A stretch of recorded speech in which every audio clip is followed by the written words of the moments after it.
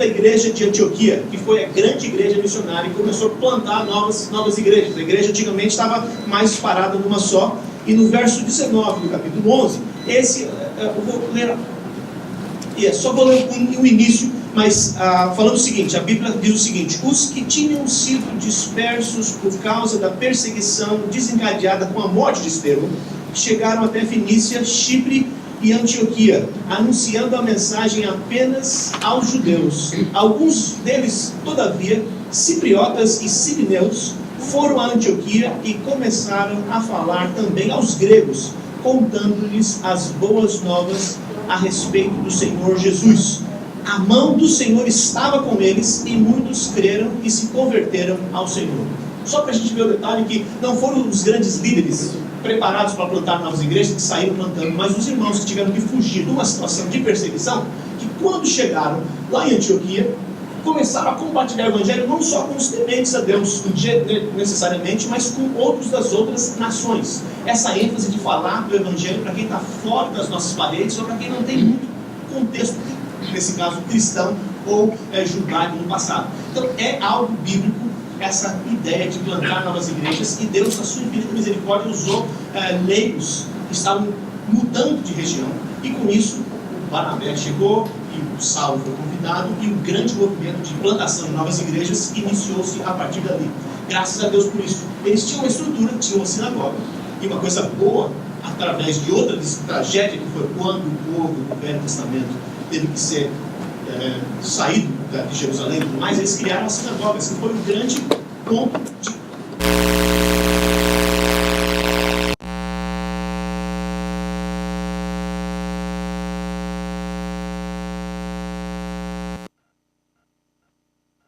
essas condições, preparar os novos candidatos que vão plantar igrejas. Dá para acontecer sem preparação. Dá para acontecer quando o poder do Espírito começa a tocar na vida das pessoas e você, um membro da sua igreja, ele começa a sonhar com a possibilidade de talvez ter gente chegando na casa dele. E ele começa uma congregação ali mesmo. E não precisa de todo treinamento, num sentido. Deus é soberano e Ele usa todas as pessoas que estão com o coração aberto para servir. Ao mesmo tempo, se Deus nos dá as condições, nós temos que preparar o pessoal e os futuros plantadores de uma maneira mais eficaz possível, com algo às vezes mais determinado. Deus, na sua sabedoria, chacoalhou a igreja quando eles foram para a Antioquia, e de Antioquia, não de Jerusalém, começou o processo de evangelismo para o resto do mundo. Então, a partir dali, o treinamento aconteceu com mais intensidade. Paulo foi chamado, ele chamava Saulo, e foi trazido para andar junto com Barnabé, para aprender os caminhos do Senhor e depois se tornar um grande líder ele mesmo, discipulando outros e preparando outros plantadores. Esse é o contexto que a gente está. No que eu estou falando, eu achei bom falar um pouco ao meu respeito, só para ver a trajetória. Eu continuo trabalhando nos dias de hoje na Igreja Presbiteriana da América, a gente chama PCA, e já estou lá por mais de 25 anos. E notei, quando eu estava pensando nessa palestra, que desde o meu tempo de Brasil, eu estava envolvido com plantação de igrejas, como alguém falou aqui ontem, mesmo antes de se chamar plantação de igrejas, era só congregação, nós temos que começar uma nova congregação, mas é o que nós entendíamos no passado de começar uma igreja nova, e hoje a gente chama um bonito plantador de igreja, é mais sofisticado, ficou mais, ficou um negócio bonito nos dias de hoje, um plantador de igreja. Mas naquela época você mandava o seminarista, a gente tem muitos aqui, para trabalhar naquela congregaçãozinha, que ficava 45 quilômetros de distância em terra de chão, para dar uma conta de 5 ou 6 pessoas, muito importante, não era de fato a melhor maneira estratégica de começar igrejas, mas é o que nós tínhamos, e temos muitas igrejas que começaram dessa forma. Com o tempo passando, a gente notou que até Paulo começou a pensar quais as cidades que ele deveria ir, que era uma influência, que podiam ser uma influência maior para expandir o evangelho cada vez mais. E com isso a gente viu a necessidade de treinar. Mas minha vida inteira foi pensando nisso, trabalhando nisso sem saber, e chegou um dia que eu caiu na minha mente que de fato eu estava nessa experiência. Quando eu fui para a América, trabalhei em congregações aqui no Brasil. Quando eu fui para a América, fui para uma plantação de igrejas entre brasileiros e imigrantes, ajudando o pastor lá. O tempo passou, eu fui enviado para plantar uma outra igreja, que foi uma replantação, como se fosse uma revitalização. A igreja havia fechado as portas, e eu fui enviado para lá para recomeçar a igreja, que muitas vezes é mais difícil do que plantar uma igreja do zero. você tem que batalhar tão arduamente, vocês estão revitalizando igrejas, é necessário, é preciso, e é um trabalho duro, porque você tem que estar sempre sendo visionário do futuro e lutando com o negativismo de quem já sofreu o que você não sofreu, mas acho que não vai dar certo, e você tem que ser aquele que vai sempre animando. Então é um trabalho importantíssimo, e eu também passei por essa fase, e depois Deus me deu a bênção de plantar uma igreja junto com o pastor americano, numa época que lá na América investimento em igrejas étnicas não estava no cartaz. Eu queria plantar uma igreja brasileira na minha cidade, e eles falaram assim: olha, não vai ter ajuda financeira para a igreja étnica, mas se você estiver interessado numa igreja transcultural, uma igreja que vai falar inglês, mas que vai ser aberta para outras culturas, está confortável em ver diversidade, diferença de cores na pele, diferenças de sotaque e diferenças de classes sociais, se você estiver interessado num projeto como esse, quem sabe nós temos um para você. E foi esse, com o pastor David Ellis e eu, que a gente começou uma igreja numa parte de Queens chamada Astoria.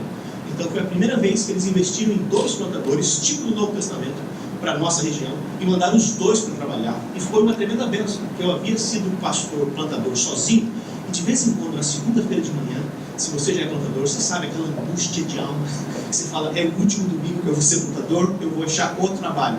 Então com 2 pastores, foi uma tremenda diferença, saber que quando eu estava de farol baixo, o David chegava animado com alguma coisa sensacional que Deus estava fazendo, ou vice-versa. Então, com o passar do tempo, a gente começou a treinar pastores, e o que aconteceu é que na nossa denominação, desde 73, nós plantamos muitas igrejas, e com muito sucesso, mas passou uma fase que aquilo não começou a acontecer mais. No início tinha muito sucesso, depois começou a perder um pouco o nível de sucesso. Quando eu falo sucesso, não no sentido do mundo, mas em ver um grupo de pessoas baseados na palavra, louvando o Senhor, servindo a comunidade, crescendo em tamanho e tudo mais. Então começou a ter muitas igrejas, mas chegou uma época que começamos a ter algumas dificuldades. E o assessment, que a gente chama em inglês, a assessoria, descobrir se o pastor tem de fato as habilidades para plantar uma igreja, se tornou necessário. A gente tem aqui no CTPI isso, muitos de vocês já passaram, e a gente já faz isso já há vários anos lá na América. E depois que esse tipo de assessoria começou a ser prestado, o nosso índice de frutos e de resultados positivos, de comunidades sendo implantadas e desenvolvendo, aumentou profundamente. Então, no meu caso, o tempo se passou e Deus deu oportunidades, Deus está junto nessa assessoria americana. A maior parte das pessoas que eu já acessei, quase vasta maioria, foram pastores e esposas de pastores americanos, de culturas diferentes, mas muitos deles os americanos normais, tipo de aqui. E foi uma experiência muito boa, transcultural para mim também, eu vendo de fora as habilidades e os desafios. Então, se você tem condições, e a CPPI oferece isso, é algo importantíssimo passar pela assessoria, porque não é algo de eu passei ou não passei, mas é um lugar que você descobre os seus dons espirituais mais específicos, as suas habilidades ministeriais, e o final da assessoria vai te dar até ideias de para onde você vai para o futuro. Quem sabe a gente descobre que você não é nem um plantador de igreja, mas você é um excelente pastor de igreja, que podia trabalhar mais especificamente nessa área. Em muitos dos nossos casos, a gente descobriu ótimos casais que estavam preparados para plantar a igreja, e outros que descobriram que talvez não fosse aquilo. Então é importante um tipo de coisa como essa, e arriscado, porque você põe sua vida ali em jogo, mas o que é importante nós sabermos e a gente descobrir que Deus de fato nos chamou. E no processo de alguns dias, a gente consegue chegar fundo na vida das pessoas. O que mais me aprecia e o que eu mais gostei desse processo de assessoria é todo o plano como a gente faz. Aqui no CTPI, ainda um pouquinho diferente, mas está nas mesmas linhas. O candidato se acha chamado para fazer plantação de igreja, e ele começa a fazer uma série de perguntas. No caso da CTPI, a gente tem aquelas perguntas básicas, fazer o curso. O nosso é parecido com aquilo, mas tem uma entrevista para saber qual a razão, qual a motivação de você fazer isso. Por que você acha que é o melhor caminho para a sua vida ministerial, este tipo de direção? E ali a gente começa a conversar com o povo o que acontece. Os primeiros plantadores não tiveram assessoria. Então, alguns de nós somos na prática, e você vai fazendo 1, 2, 3 igrejas, mesmo sem assessoria, você tem toda a experiência necessária. É a diferença, às vezes, de alguém que conseguiu passar na faculdade, e eu estava conversando recentemente com um grande empresário, e ele falou, olha, eu não consegui nem acabar o ensino médio, mas Deus deu a bênção para ele, de, mesmo sem isso, com o trabalho duro, se tornar o alto escalão da companhia, porque ele foi dedicando, foi aprendendo, e sabia, e em momentos de crise, eram a ele que as pessoas se dirigiam, não aos que estavam com mais experiência intelectual, mas não tinham experiência prática de como manejar uma empresa, como vencer a dificuldade financeira, e como passar por lá em sucesso. Então, não que até seminário faça a total diferença. É lógico que faz. Mas a gente conhece muito homem e mulher de Deus que não passou por seminário e que conhece a Bíblia muito mais do que ser pastores, que conhece o Senhor com mais intimidade, que evangelizam com muito mais intensidade e que veem fruto do seu trabalho com muito mais frequência do que outros que foram teologicamente preparados. Então, as duas coisas são importantes, mas quando Deus chama, o povo de Antioquia, primeiros plantadores de igreja que nem sabiam que eles eram plantadores de igreja e que foram a igreja mãe de uma série de outras, e nós estamos aqui porque eles um dia foram motivados a compartilhar o evangelho para alguém que estava desconhecido. Esse é o caminho. Exemplos disso a gente vê na Bíblia. Paulo falando para Timóteo, fala, portanto você, meu filho, fortifique-se na graça que é em Cristo Jesus. E as palavras que me ouviu dizer na presença de muitas testemunhas, confia a homens fiéis que sejam também capazes de ensinar a outros. Exemplos clássicos: Moisés e Josué, Eli e Samuel, Elias e Eliseu, Barnabé e Paulo, que se torna depois Paulo e Barnabé, e depois se torna Barnabé e Marcos, e Paulo e Silas, e aí continua o processo, mas sempre andando dessa forma, alguém aprendendo de alguém. Como a técnica que a gente tem de grupos pequenos, sempre ter o seu assistente, para que ele já possa estar continuando. E o exemplo clássico é o nosso próprio mestre, Jesus e os seus discípulos, e gastando tempo com eles. Equipando os crentes. Uma coisa que a gente notou muitas vezes é que muitas pessoas que foram e que sentiam o desejo de serem plantadores, surgiu tudo do nada, não de um fruto de uma experiência que eles sempre evangelizavam, sempre corriam atrás de criar novos grupos, mas um desejo apenas, porque era algo que chamava atenção, mas não tinha experiência, não tinha dia a dia. E a gente notou que muitos foram chegando para se tornarem ou serem candidatos a plantadores de igreja, e quando perguntávamos, e como tem sido o seu fruto em relação a compartilhar o evangelho a outros? E existem até muitos seminários, correntes teológicas, que eles nem acham que isso é tão necessário. Se Deus vai estar amolecendo o coração, eventualmente acontece. E às vezes eles nem sabem fazer aquela, ou não concordam com as 4 leis espirituais, ou com o evangelismo inclusivo, alguns de vocês ouviram, o Dr. James Cameron, que já até faleceu, mas uma maneira, uma metodologia, uma ferramenta que ajuda você a ver conversões. Então muitos nem haviam experiência nisso, e achavam que nem era necessário, mas que era preciso. E a gente notou que vem da grande comissão, o grande chamado de Deus, que a gente tem que ir pelo mundo, pregar o evangelho, batizando-os em nome do Pai, do Filho e do Espírito Santo, e ensinando cada um desses novos convertidos tudo o que o Senhor havia ordenado, e ele sempre estaria com eles, era a promessa. Então, entendendo isso, entendendo o chamado de Deus, e falando de Paulo de novo, ele, quando foi convertido, já recebeu aquela visão divina e a palavra de Deus profética para ele: vá, este homem é meu instrumento escolhido, quando o Senhor falou com Ananias, para levar o meu nome perante os gentios e seus reis, perante o povo de Israel. E eu vou mostrar quando deve sofrer pelo meu nome, e a gente ouviu muitas mensagens sobre isso aqui. Um plantador, olha o coração do plantador. Paulo, os anos se passaram, ele escreve para Roma, ele sempre quis ir para Roma, mas ele fala isso. Mas agora, não havendo nessas regiões nenhum lugar em que precise trabalhar, e visto que há muitos anos anseio vê-los, planejo fazê-lo quando for à Espanha. Espero visitá-los de passagem e dar-lhes a oportunidade de me ajudarem em minha viagem para lá, depois de ter desfrutado um pouco da companhia de vocês. E ele continuou dizendo: mas eu gosto de ver esse plantador, porque ele fala uma série de coisas. Então eu tenho um alvo de ir lá para a Espanha, eu vou dar uma passadinha para morrer na cidade de vocês, e vocês vão ter a chance de me ajudar a fazer esse projeto que eu tenho, que é o que a gente tem que fazer em plantação de igreja. Parte do trabalho do plantador também, além de ser chamado, é que ele vai ter que levantar finanças. E muitas vezes tem uma igreja mãe, uma outra igreja, parcerias, e muitos de vocês sabem do desafio financeiro. Então também tem isso nos dias de hoje. Aquela de Antioquia, o pessoal foi de imigrante, fugido, e teve que começar do zero, e aquilo era algo natural na vida deles. Quando a gente pensa no Plantador hoje, é um projeto que a gente imagina, tem uma área que precisa do Evangelho, e tem que arrumar finanças, tem que arrumar um plantador, tem que arrumar um grupo básico, e tem que começar as coisas. Quem vai pagar isso tudo? E como que isso vai acontecer? Paulo, já com vasta experiência, já tinha igrejas que já estavam motivadas, em contato pessoal, conversões, amigos que foram de uma igreja para outra, fazendo a sua rede para que mais pessoas pudessem estar junto nisso. Nessa questão de existem os desafios da vida do plantador, a vida não é fácil mesmo. Então, como fazer, a razão que você começou a plantação de igreja, qual a motivação? Você tem o preparo necessário. Nossa denominação, nossa igreja começou a fazer o assessment e começou a ter mais resultado em termos de frutos, igrejas que não fecharam. E a gente começou... Só para a pessoa avaliação melhor. Thank you very much. A avaliação.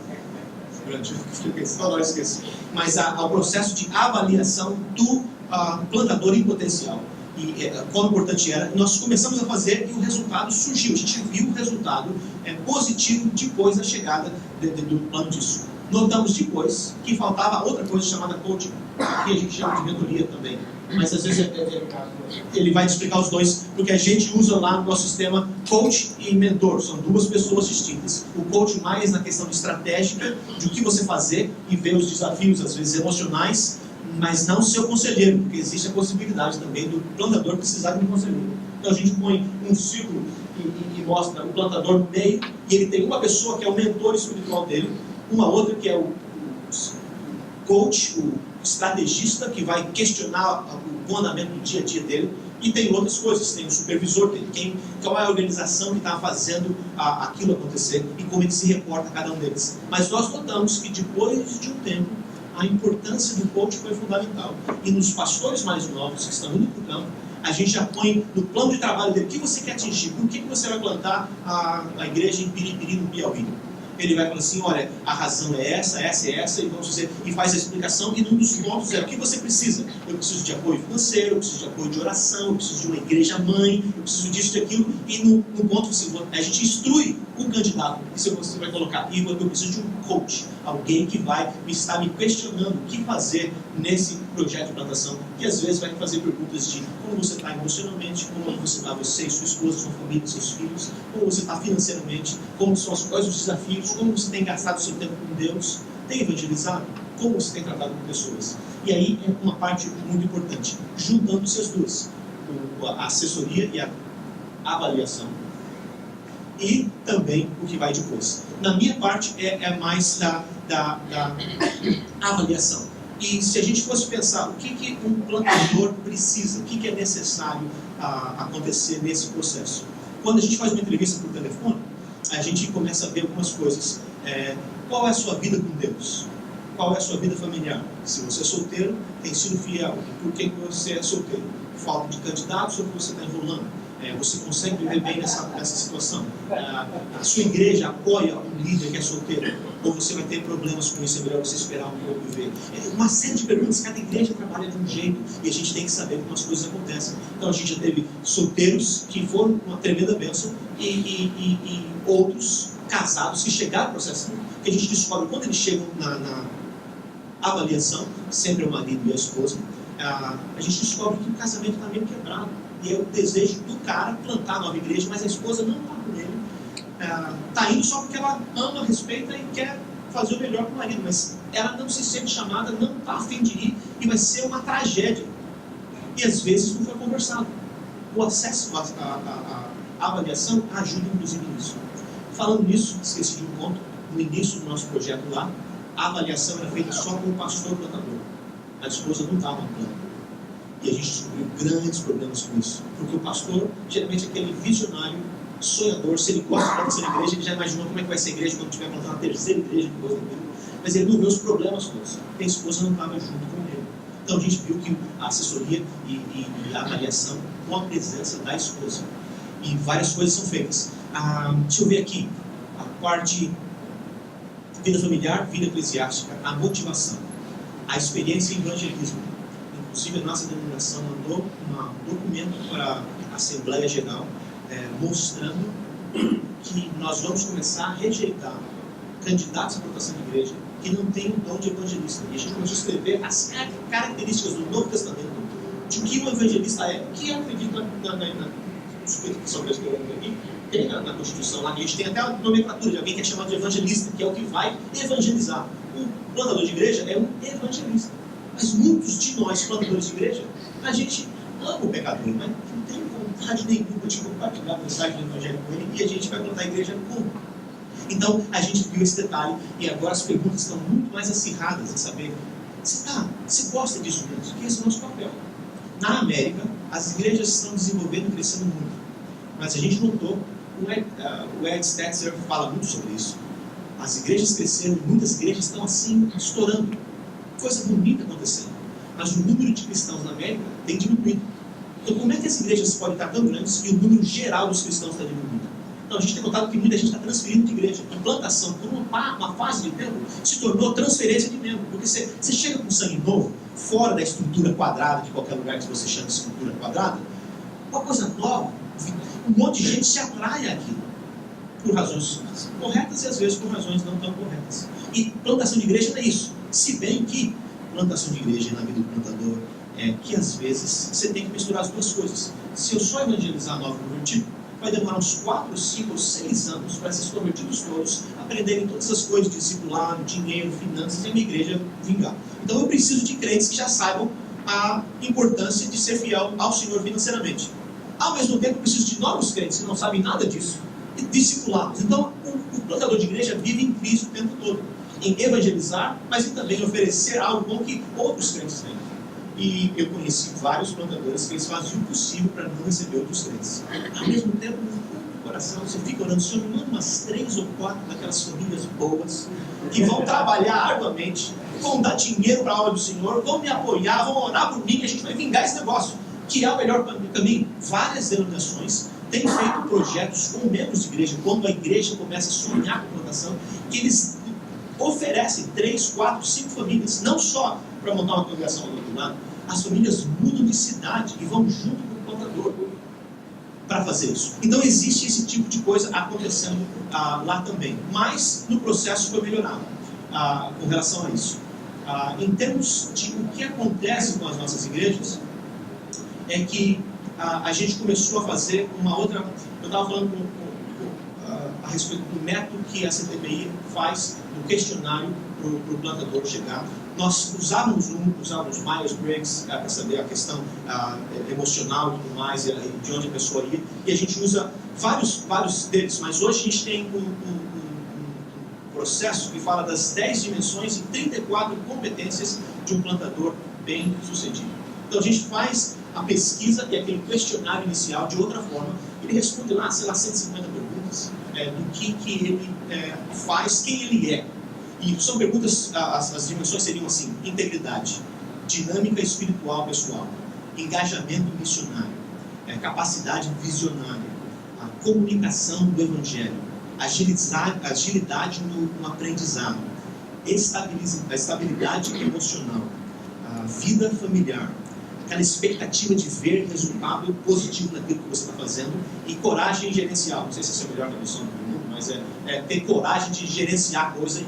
Eu sou um líder e o pessoal seguir você. O grande desafio do plantador é que ele é um líder chamado por Deus. Tem que ter gente seguindo. Se pessoas não estão seguindo você, quem sabe você não nasceu para ser um líder nesse sentido. Mas o plantador vai trazer, ele oferece o quê? Um sonho que essa comunidade vai ser bênção para quem está ali, vai ser bênção para os vizinhos e vai trazer glória para Deus e salvação eterna para a vida de muitos. E você oferece um sonho. Vamos comigo numa igreja que não tem criança, não tem departamento infantil, não tem prédio, só tem o seu sonho. E as pessoas têm que acreditar em você, que você está oferecendo uma coisa que não é tangível. Olha, a gente um dia vai ter isso.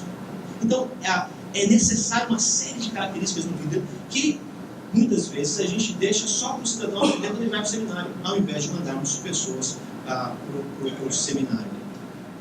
Alguma pergunta ou comentário diante do que ele está falando? Esse questionário de 150 perguntas aí, é uma autoavaliação do candidato ou alguém responde por ele? Essa é uma grande pergunta. O candidato responde às vezes. 150 perguntas o que ele acha que ele é, a expressão do que ele pensa que ele é. Mas é um 360 graus questionário, porque a gente coloca 6 pessoas respondendo por ele também. Ele manda o nome para 2 que foram chefes dele, o pastor dele, alguém que está acima, o professor de seminário, alguém que o conhece acima dele, que foi já supervisor dele.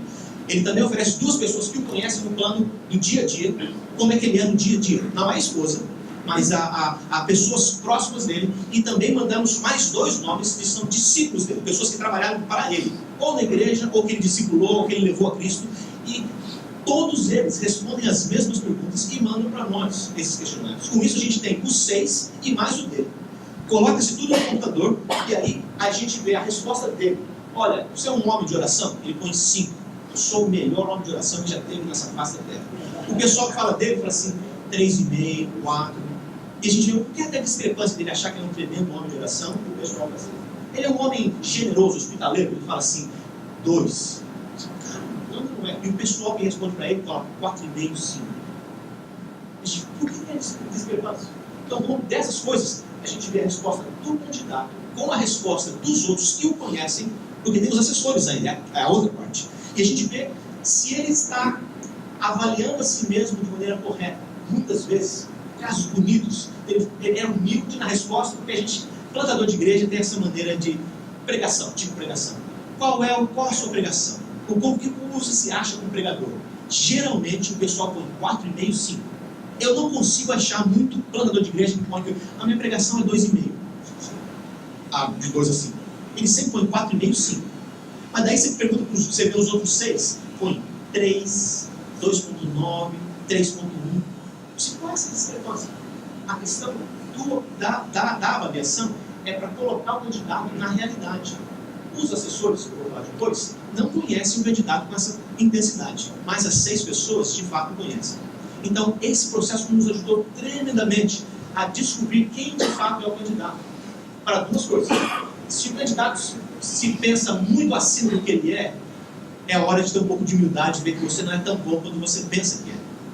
Mas, se o candidato se coloca muito para baixo, você não. O pessoal está vendo os seus dons e talentos. O pessoal conhece que você tem feito diferença na vida deles, tem demonstrado a paixão do Evangelho, tem sido um homem de Deus. Por que você está assim? Então, o acesso, a avaliação, funciona para 2 coisas. Para apoiar e também para trazer a realidade.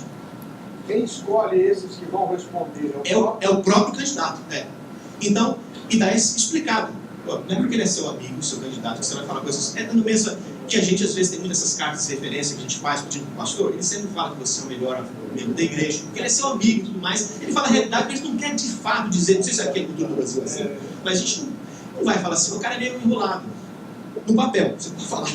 Mas nessa maneira de questionário, são perguntas básicas e ajudam tremendamente. A outra parte, a parte final, é que com esse questionário, a gente tem um grupo de assessores. E colocamos os candidatos que preencheram tudo, grupos de 4, às vezes 5 casais, já tivemos até de 6, mas a gente tem que ter mais assessores. E em 3 dias de trabalho, a gente coloca esses 6 casais juntos e tem várias pesquisas, tem trabalhos a serem feitos, trabalhos de equipe, e lá a gente descobre quem são os líderes, como que eles se relacionam com problemas, qual a pergunta que foi feita da pressão do dia a dia, eles têm projetos para fazer, pregação a ser feita, avaliação, e nesses 3 dias, por incrível que pareça, os assessores e os candidatos, a gente conhece essas pessoas de tal forma que parece que nós somos amigos por 15 anos, que a gente lê todos os relatórios, fala com eles, vê cada um deles, chega no final, a gente parece que conhece essa turma, e de fato, na minha experiência, a gente conhece. E chega no final desses dias, depois de todos esses questionários, a gente faz uma avaliação dizendo, olha, você está preparado para plantar uma igreja, quem sabe você deve esperar mais 1 ou 2 anos como assistente de alguém, ou olha, você de fato não está em condição de plantar igrejas, e não pense nisso, você é muito bom nessa área pastoral, você já tem uma igreja, quem sabe é tempo de você continuar com isso, daqui a 5 anos fala com a gente, e a gente pode ver o que pode ser feito. Mais do que isso, a gente tem visto também, quando o casal chega lá e a gente começa a explicar. Eu não trouxe o modelo aqui, mas quando a gente acaba o processo de avaliação, existem quais as coisas que você é muito bom em fazer. E a gente começa elogiando e dizendo, olha, de tudo que a gente viu, e tem a parte, para cada um daqueles que responderam as questões, a parte escrita. O que você acha do candidato nessa área? Eles podem escrever. A gente nunca fala o nome e quem fez, quem que falou. A gente observa o que eles falaram e começa com, olha, você tem sido bom em oração, as pessoas têm decidido que vocês são extremamente hospitaleiros, você tem se dedicado à obra de Deus. E daí a gente vê a segunda parte. Porém, nós temos esses desafios. Você tem falado que não tem muitos contatos com não crentes. É necessário você fazer isso. Você se acha muito bom pregando, mas talvez, nós ouvimos você pregando também, é necessário trabalhar um pouquinho mais sobre isso. E a gente explica algumas coisas. A terceira é recomendações. Olha, vai para um curso como o CTPI.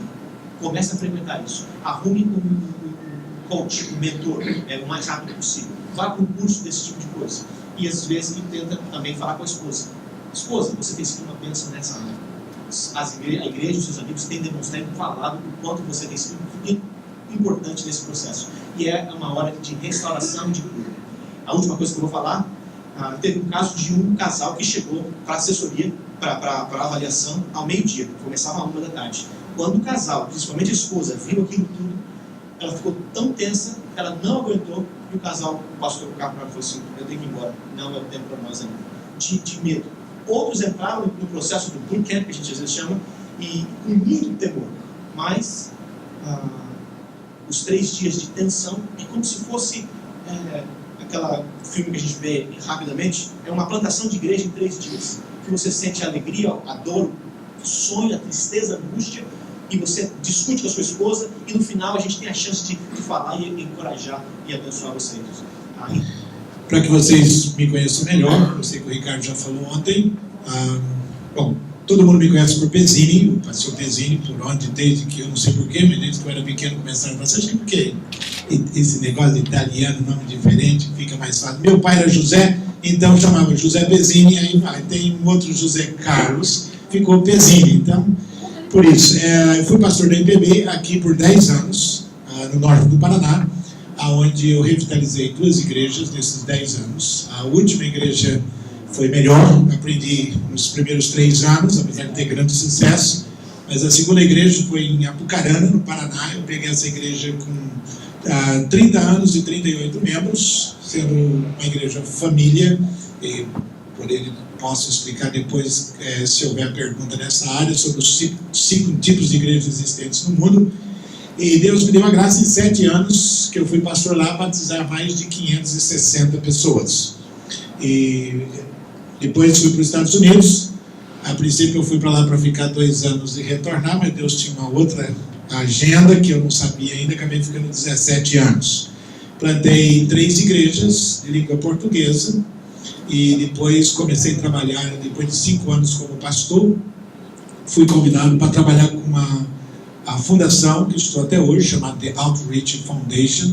Meu primeiro ministério foi dentro dos Estados Unidos, a ajudar as igrejas, ajudar presbitérios e denominações a começar novas igrejas de língua portuguesa, dando mais consultorias e orientações, etc.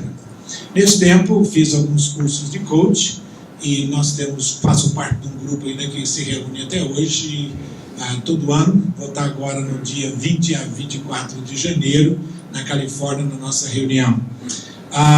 Porque o ministério acabou saindo dos Estados Unidos e eu estava viajando muito, passando 6 meses fora de casa. Aí, no ministério aqui no Brasil também a demanda, meu chefe achou melhor eu mudar para o Brasil, em vez de vir para cá 5 vezes, e uma vez para a Europa e África. Eu sou responsável pelos países de língua portuguesa, então que eu pudesse voltar para os Estados Unidos 1 ou 2 vezes por ano e ir para a Europa 1 vez por ano. Então foi por isso que eu voltei o ano passado numa parceria. A fundação que eu trabalho tem uma parceria com a IPI já por 16 anos. E por conta dessa parceria foi feita uma parceria na minha vinda para cá. Tecnicamente, para o bom americano, mas não funciona aqui no Brasil, eu deveria dar 40% do meu tempo à IPI, na área de treinamento de liderança, o treinamento de pastores, plantadores de igreja, de liderança, bem como mentoria no geral. Tenho trabalhado junto com o Cássio na Secretaria de Evangelização, mas agora na última reunião da Secretaria de Ação Pastoral também foi definido que querem a minha ajuda na Secretaria de Ação Pastoral, que faz sentido. E também dando parte do meu tempo aos CTPI, e o que sobrar eu tenho dado a outras como IPB, Batista, Congregacional e assim por diante. Então tem sido o meu trabalho nesse ano. Cheguei em maio do ano passado aqui, então tem sido uma experiência boa. Bom, meu tema, apesar de ter surgido só uma pergunta aqui dentro do meu tema, mas o meu tema é sobre mentoria, a importância do plantador de igreja, do pastor ter um mentor. Eu quero começar a falar com vocês sobre a diferença. O Darcy deu uma pincelada sobre a diferença entre mentor e coach. As pessoas aqui no Brasil não têm ainda muita noção sobre isso e muitas vezes se confundem. Eu tenho visto até aqui no CTPI conversando, ainda uma pequena confusão entre o trabalho de um e de outro. É bem distinto. O trabalho do coach é mais voltado para o projeto. O coach visa orientar o plantador para que o projeto ande bem e alcance os propósitos. Porque quem investe em você, seja a sua denominação, seja o seu presbitério, seja os seus parceiros, eles querem ver o fruto. E tem mais, dentro dessa nossa visão de plantação de igreja, você não vai receber o seu salário por 15, 20 anos para plantar uma igreja. Normalmente os investidores, eles investem, acho que aqui no CTV, me parece que é 3 anos, mas lá na América são 5 anos, né? Então a gente investe 100% no primeiro ano, 80%, aí vem 60% e vai até 5 anos, zerou o dinheiro. Então isso põe uma pressão enorme no plantador. E quando as metas não estão sendo concluídas, não estão sendo atingidas, então o que ocorre é que o coach entra exatamente nessa área. Muitos lá nos Estados Unidos, na verdade, o indivíduo que vai plantar igreja, normalmente ele já recebe, ele já sabe quem vai ser o seu coach. O coach tem marcado com ele 1 ou 2 visitas por ano no campo, e ele manda relatório e etc. Então, sem gastar muito tempo na área do coach, se vocês gravarem que o coach, a função dele especialmente é voltada para atingir as metas determinadas para o projeto, a fim de que o projeto seja bem sucedido. O coach vai te dar orientação técnica, orientações básicas, vai te ver onde você está falhando, como você poderia resolver essas questões. Outras, se surgir alguns conflitos com liderança, o coach vai entrar também com o indivíduo que vai fazer o meio de campo para resolver essa questão. Aliás, nos últimos 3 anos meus nos Estados Unidos, em vez de fazer coach com pastores plantadores de igreja, começou a surgir, surgir convites para eu fazer coach com igrejas já organizadas que estavam em conflito com o pastor. Porque diferente daqui do Brasil, aqui no Brasil é o seguinte: quando o pastor tem conflito com a sua igreja, com o seu conselho, ele já começa a procurar outra igreja e vai embora. Não é? Normalmente é assim que acontece. Nos Estados Unidos, não. Nos Estados Unidos, primeiro se faz todo o esforço para resolver o problema do conflito e o pastor continuar na igreja. Porque chegaram à conclusão que a mudança de um pastor traz realmente muita perda à igreja local. Então essa é a conclusão. Então, guardado sobre o coach. Agora vamos para o mentor, que eu quero gastar talvez todo o meu tempo aqui falando sobre o mentor. Bom, deixa eu dizer outra coisa sobre o coach. O coach, na verdade, ele é feito por um período de tempo, ou por 1 ano, ou no máximo 2 anos. O microfone está realmente um dilema aqui, não é? Está por máximo 2 anos. Então o coach tem um período de tempo.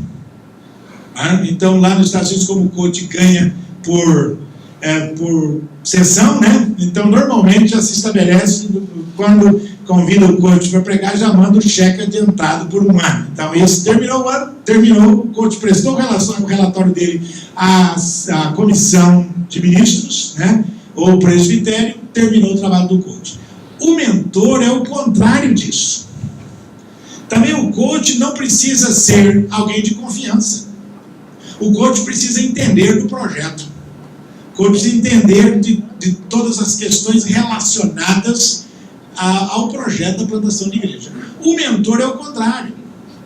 O mentor é uma relação de confiança e muitas vezes o mentor é para a vida inteira. É interessante. Então, estávamos discutindo na Secretaria de Ação Pastoral da IPI e tentando trabalhar para que os presbitérios pudessem fazer o trabalho de mentoria um com o outro. E a minha colocação no grupo foi: isso não funciona. Não funciona. Por que não funciona? Porque você não vai abrir o seu coração com alguém, com um colega do presbitério, porque na primeira oportunidade ele vai puxar o seu tapete. Então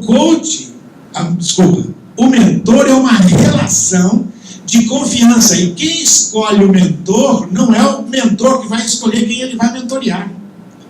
É o indivíduo que escolhe o mentor. Opa, aquele serve para ser o meu mentor. Ele analisou, ele estudou, ele viu, então agora ele vai pedir que esse seja o seu mentor. Eu tenho 26 pastores que eu estou fazendo mentoria com eles. Interessante que um deles demorou 2 anos, fez 3 cursos comigo, para agora, há poucos dias atrás, ele disse assim: Pezzini, eu acho que eu gostaria que você fosse meu mentor, você poderia ser? 3 anos o cara me estudando, né? Pegando todo tipo de informação a meu respeito. Agora, pensando nisso, nós vamos tecer alguma coisa então. Ou em se tratando de exemplos bíblicos, deixa eu dar apenas o exemplo bíblico aqui, para depois entrar em alguns passos sobre a área que o mentor no momento trabalha. Todas as vezes que nós temos encontro, né, geralmente eu tenho feito 2 encontros por ano com os pastores que eu tenho feito mentoria, além de uma conversa semanal, ou por telefone ou por Skype, que nós temos. Eu tenho feito 2 encontros por ano. Tivemos um em abril em Curitiba e agora vamos ter agora em outubro novamente. Vamos estar 3 dias juntos. Eu tenho trabalhado com eles o exemplo do apóstolo Paulo.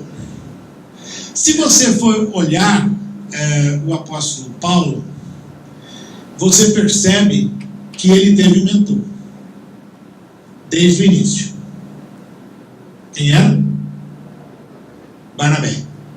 Mesmo na briga que o apóstolo Paulo teve, né, que saíram no pau, Barnabé não deixou Paulo de lado.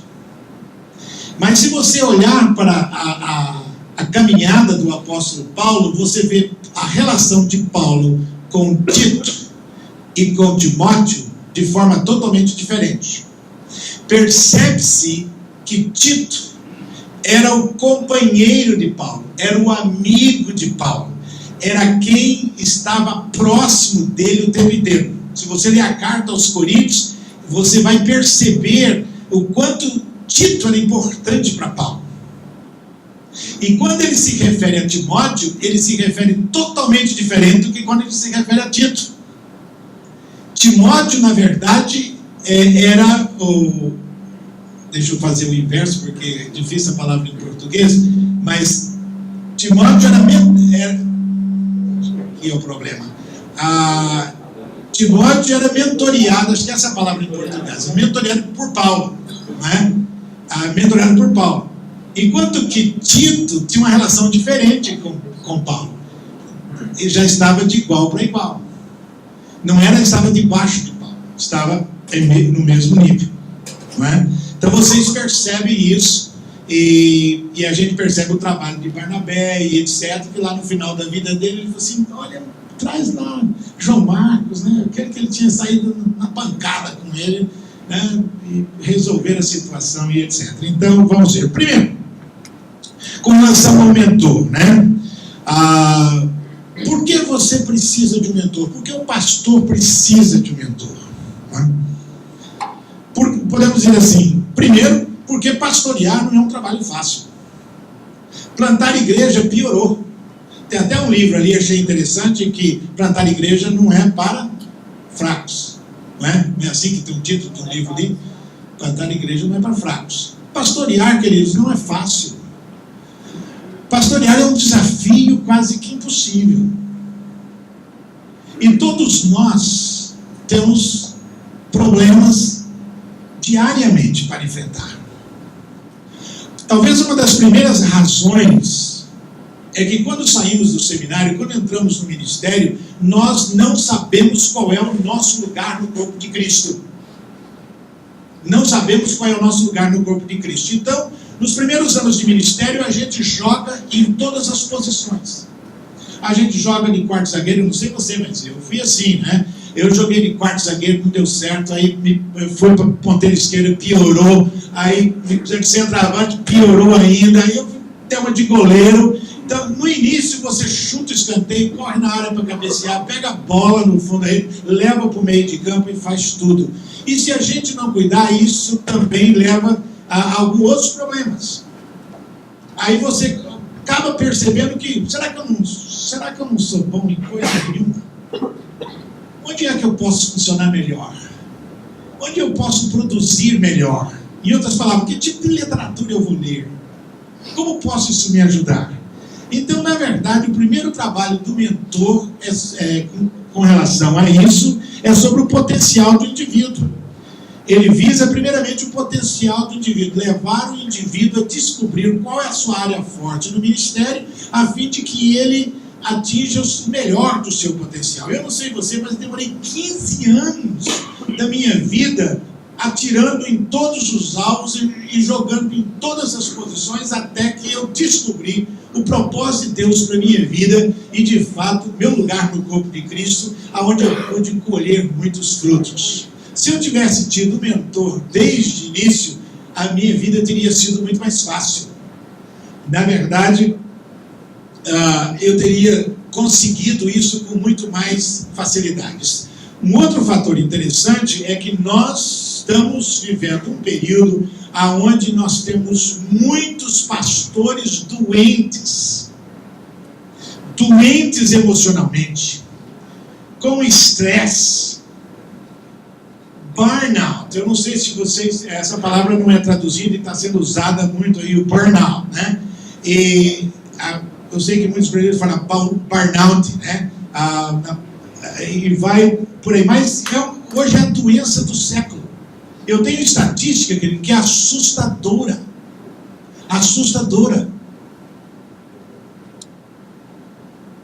Se você ler as estatísticas, mandei a estatística, traduzi e mandei para os pastores que eu tenho feito mentoria com eles, é assustadora. 56% dos plantadores de igreja na América vão ao divórcio.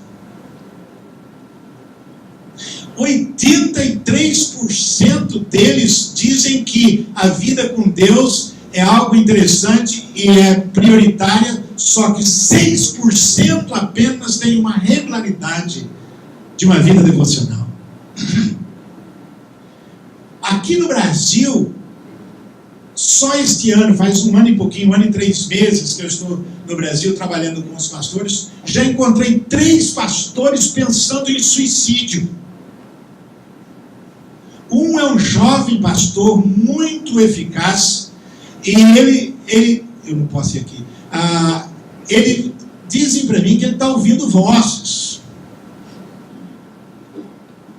Ele mora no 7º andar do prédio dele, e ele diz que por várias vezes ele chegou na janela e ouviu a voz atrás, disse: você está sofrendo à toa. Você pode resolver isso com facilidade, salta daqui para baixo. E ele falou assim: sabe, Pezinho, a razão pelo qual eu não fiz ainda, porque cada vez que eu ouço essa voz, que eu olho, vejo minha filha de 6 meses deitada no berço. A única razão pela qual eu não tirei minha vida. Ele diz: mas eu tenho que te contar mais. Ele diz: por várias vezes eu dirigi o meu carro em alta velocidade, simplesmente por querer ter um acidente. Porque se eu batesse o meu carro em alta velocidade, então morreria todo mundo e estaria resolvida a situação.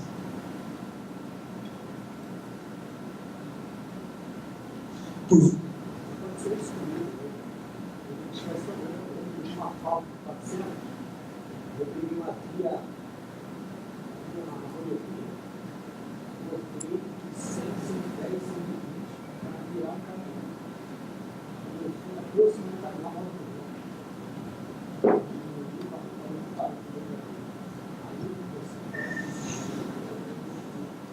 E você pensa que ele é o único? Talvez há muitos aqui no nosso meio, mas tem dificuldade de falar. E como é que você vai se abrir isso com colegas de ministério que não conseguem entender isso? Primeiro vai dizer que você caiu da graça, né? O negócio, cara, eu acho que você perdeu a fé, ou coisa assim.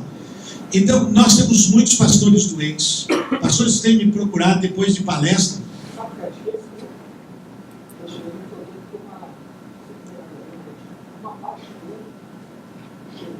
Maior do que eu estava. E como não tinha dado propósito, você também estava 500, eu ofereci 700 para botar eu e a igreja toda para fora, em menos de 10 dias. E ela subiu para cá. Fazendo mentoria com uma pastora, e depois de 2 semanas ela disse: Pezzini, você podia conversar com meu filho é pastor, é novo, está plantando uma igreja e ele está em licença médica. E depois de conversar com você, eu fui descobrir que, na verdade, a doença dele é o burnout. É, na verdade, um estresse profundo. Quantos de vocês estão assim e não conseguem determinar? Primeiro, porque a vida do plantador de igreja é um frenesi.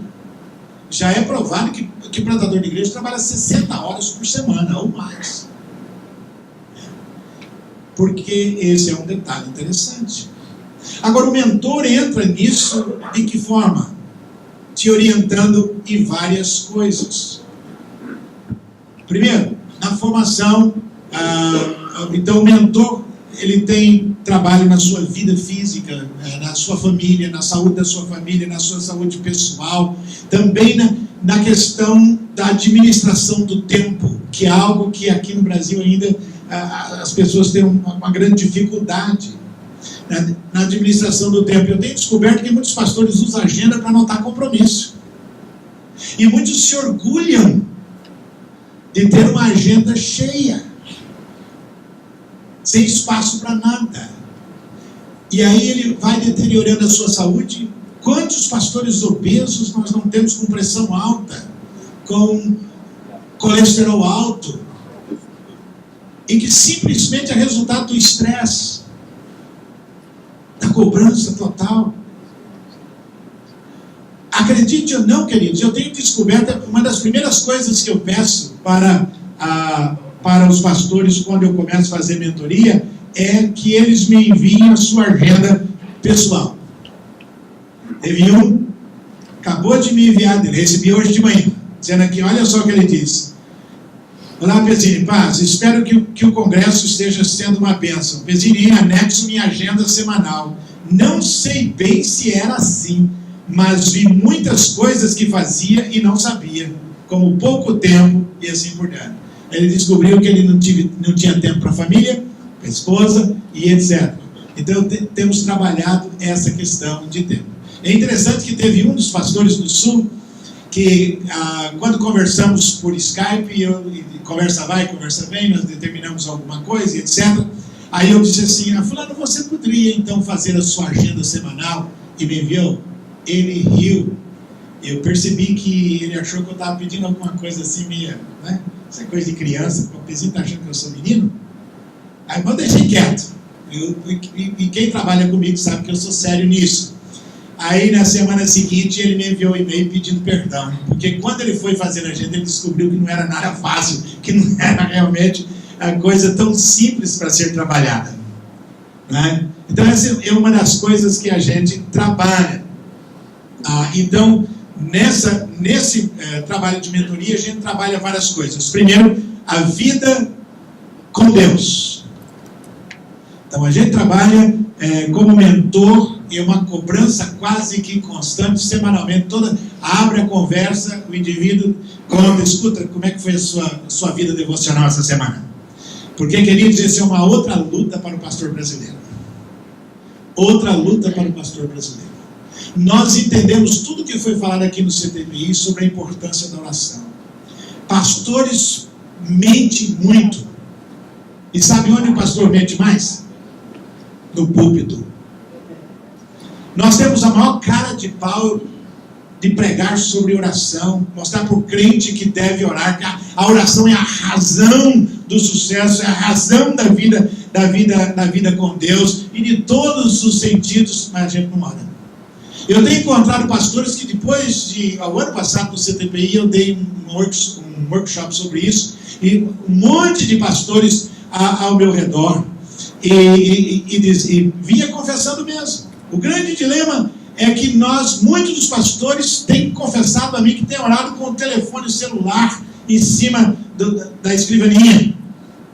E se o telefone toca, eles não pedem nem licença para Deus, eles cortam a oração, atendem o telefone e saem doido, igual a um animal chucro aí correndo atrás, porque eles não conseguem entender que vida com Deus é prioridade. É a coisa mais importante do seu ministério.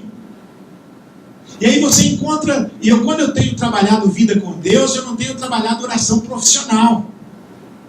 Não conta oração profissional.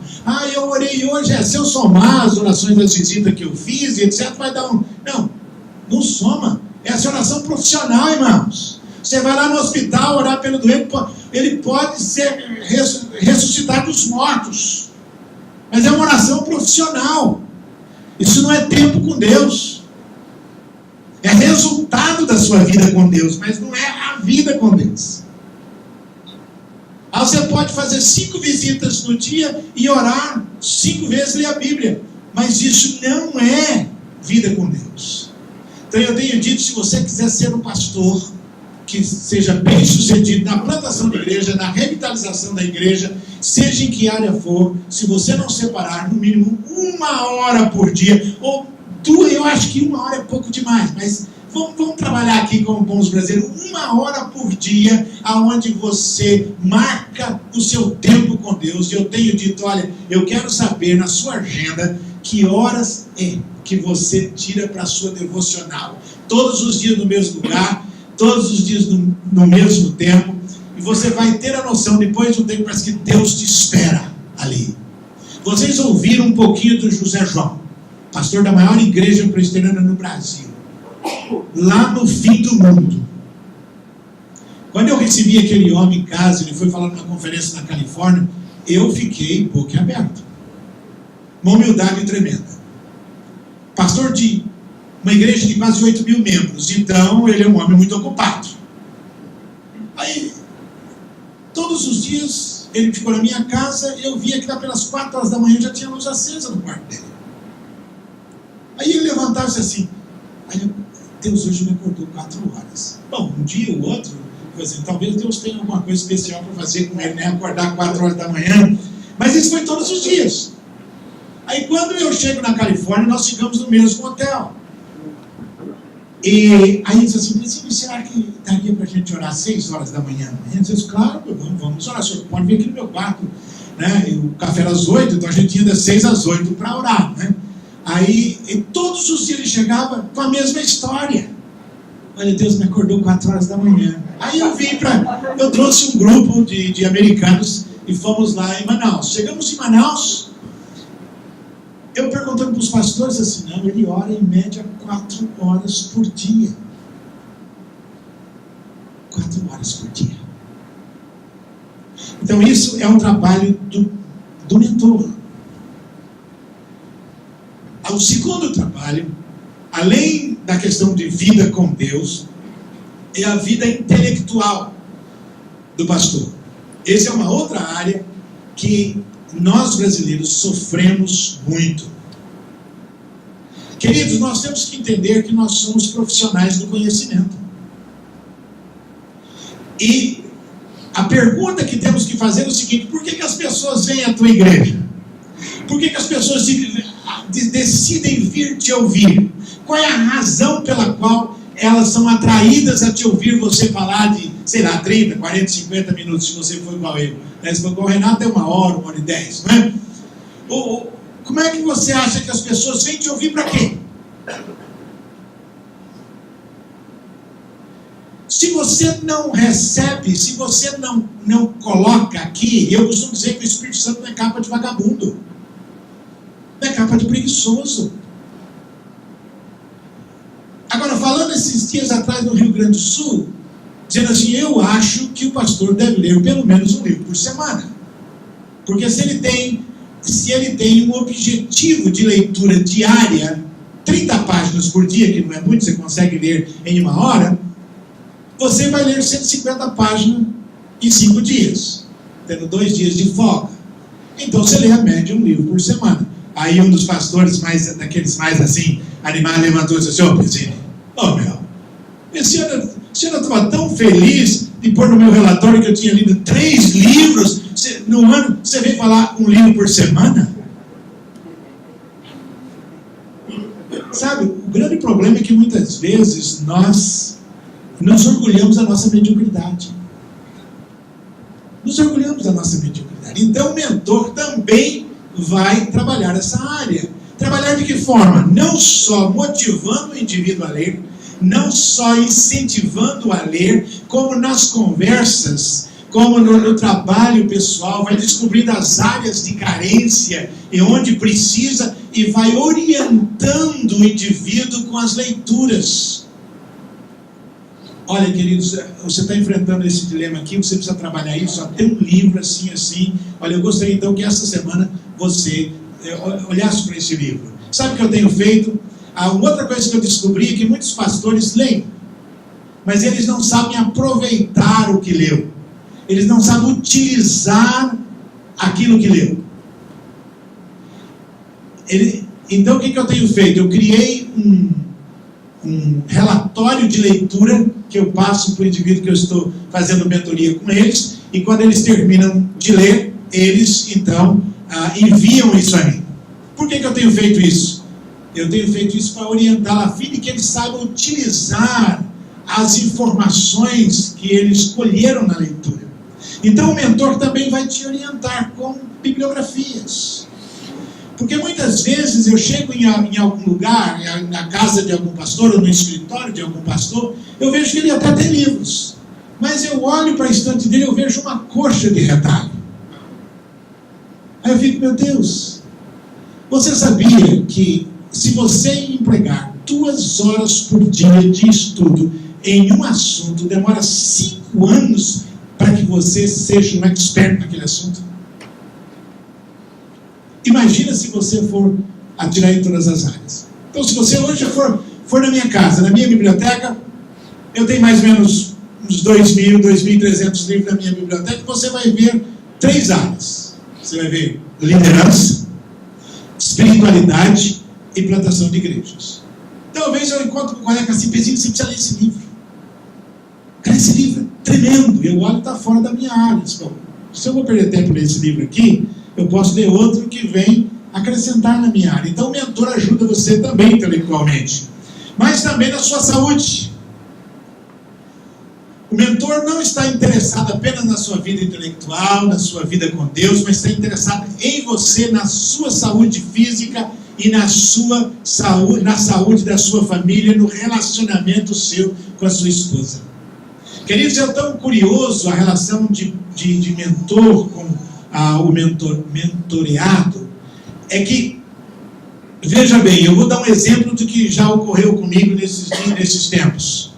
Como é que você se sentiria de chegar para o seu presbítero, para o seu colega de ministério e dizer assim, como um pastor chegou para mim, um dia eu saí com ele, eu falei assim, em vez de ser, a gente podia sair, ele disse, podemos, marcamos num café, num local e fomos sentar. E ele chegou lá e aquele dia ele conversava, falava, e eu percebia que ele estava desconecto. Ele queria falar alguma coisa que ele não conseguia atingir onde ele queria chegar. Aí ele disse assim: Pezinho, será que você não percebe que na verdade o que eu estou querendo falar com você? Cara, eu estou apaixonado pela líder de louvor da minha igreja. E ele diz: mais ainda, cara, você sabe o que tem acontecido comigo? Ela não sabe. Minha esposa não sabe. Ele sabe o que tem acontecido comigo. Muitas vezes eu faço questão de ficar ao lado dela, para quando aquelas músicas que se manda pegar na mão, eu sou o primeiro a pegar na mão dela. E desculpa as irmãs aqui, mas ele diz assim: e o problema é que só de olhar para ela eu tenho que ficar excitado. Graças a Deus, irmãos, porque ele abriu o coração, não teve problema nenhum, foi resolvido, toda aquela fantasia passou, e ninguém soube, nem a esposa dele, nem a líder do louvor, continua no louvor do mesmo jeito, e ele está curado pela graça de Deus. Agora, esse é um dos casos, mas eu tenho outro. Um cara novo, por causa do estresse, do burnout, o cara disse: Pezinho, a coisa em casa está feia. Rapaz, eu nem sei se eu devo ir para o médico, porque só está funcionando com Viagra. E o resultado, sabe o que era que isso aconteceu? Por causa do estresse profundo que ele estava vivendo. Então, o mentor ajuda o indivíduo na sua saúde física. Rafael não está aqui do Rio de Janeiro, teve que ir embora ontem, porque morreu um colega dele lá, ele teve que ir embora. Mas quando eu comecei a trabalhar com o Rafael, encontrei a primeira vez com o Rafael quando eu dei um curso em São Paulo, e depois aqui no CDM em Campinas. O Rafael estava gordo, 35 anos, da idade do meu segundo filho. Rafael gordo, Rafael cheio de problemas, Rafael cansava com facilidade. E aí eu disse: Rafael, você vai ter que emagrecer. Você vai arrumar alguma coisa, vai ter que emagrecer. O que você gosta de fazer de exercício para você emagrecer? Ai, Pezinho, então eu gosto de nadar, então você vai nadar. Rapaz, mas o que você vai achar? Não, meus presbíteros, como é que eu faço, cara? Eu vou nadar aqui, olha, eu não sei. Você vai falar para os seus presbíteros que você precisa investir na sua saúde. Você vai marcar uma hora para você nadar. E seus presbíteros vão saber que você vai nadar. Rafael perdeu 22 quilos. 22 quilos. Fábio está plantando igreja em Santa Catarina, em Camboriú. Fábio era outro. Quando eu encontrei com ele aqui no curso do CTM, comecei a trabalhar com ele. Um dia saí andar com ele na praia, um menino, cara, de 38 anos, andando comigo com 57, andamos 5 quilômetros, o cara estava com a língua de fora. Eu disse: cara, você vai morrer. O colesterol alto, tudo descontrolado. Botei ele para andar todo dia na praia. Já perdeu 12 quilos.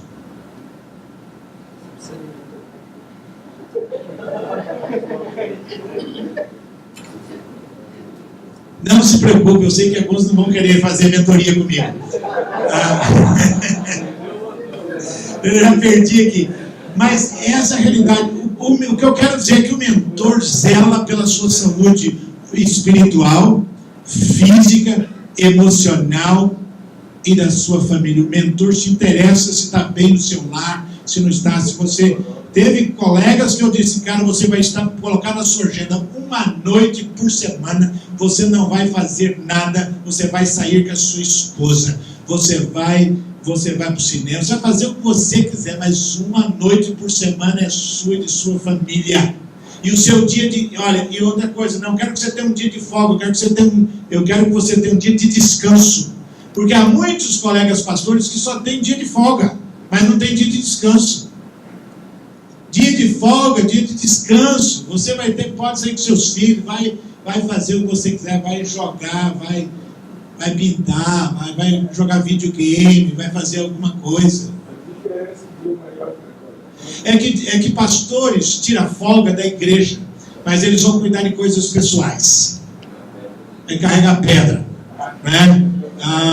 Se tiver alguma coisa a fazer na casa, muitas vezes compraram a casa, tem que fazer isso. Chega na terça-feira e está estourado novamente, ele não descansou nada, né? Então, normalmente eu dou aquele livro Andando com o Tanque Vazio, e se vocês não leram esse livro, é um bom livro para começar, Andando com o Tanque Vazio. Então, primeiro, o mentor, a importância do mentor, que o mentor se importa com você, se importa com a sua produtividade, com a sua eficácia, se importa com a sua vida com Deus, se importa com a sua vida intelectual, se importa com a sua vida pessoal, física, familiar. Quer saber se as crianças estão bem, como é que está o relacionamento, como é que a coisa andou dentro de casa, se realmente precisou de Viagra ou não, né? E aquela coisa assim. Mas também se preocupa com a sua vida relacional.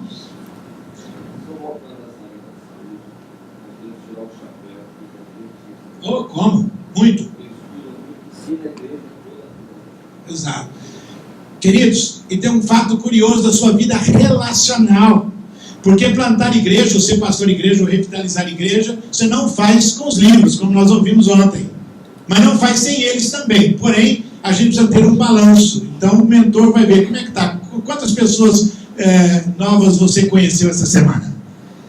Quais são os seus novos amigos não crentes? Interessante que quase todos os pastores que eu comecei a fazer mentoria, eu pergunto, quantos amigos não crentes você tem? Gaguejam. Raramente se encontra um pastor que tem um amigo não crente. Aí você tem certeza que você quer plantar a igreja? Você quer revitalizar a igreja? Quem é que você quer na sua igreja? Você quer gente crente?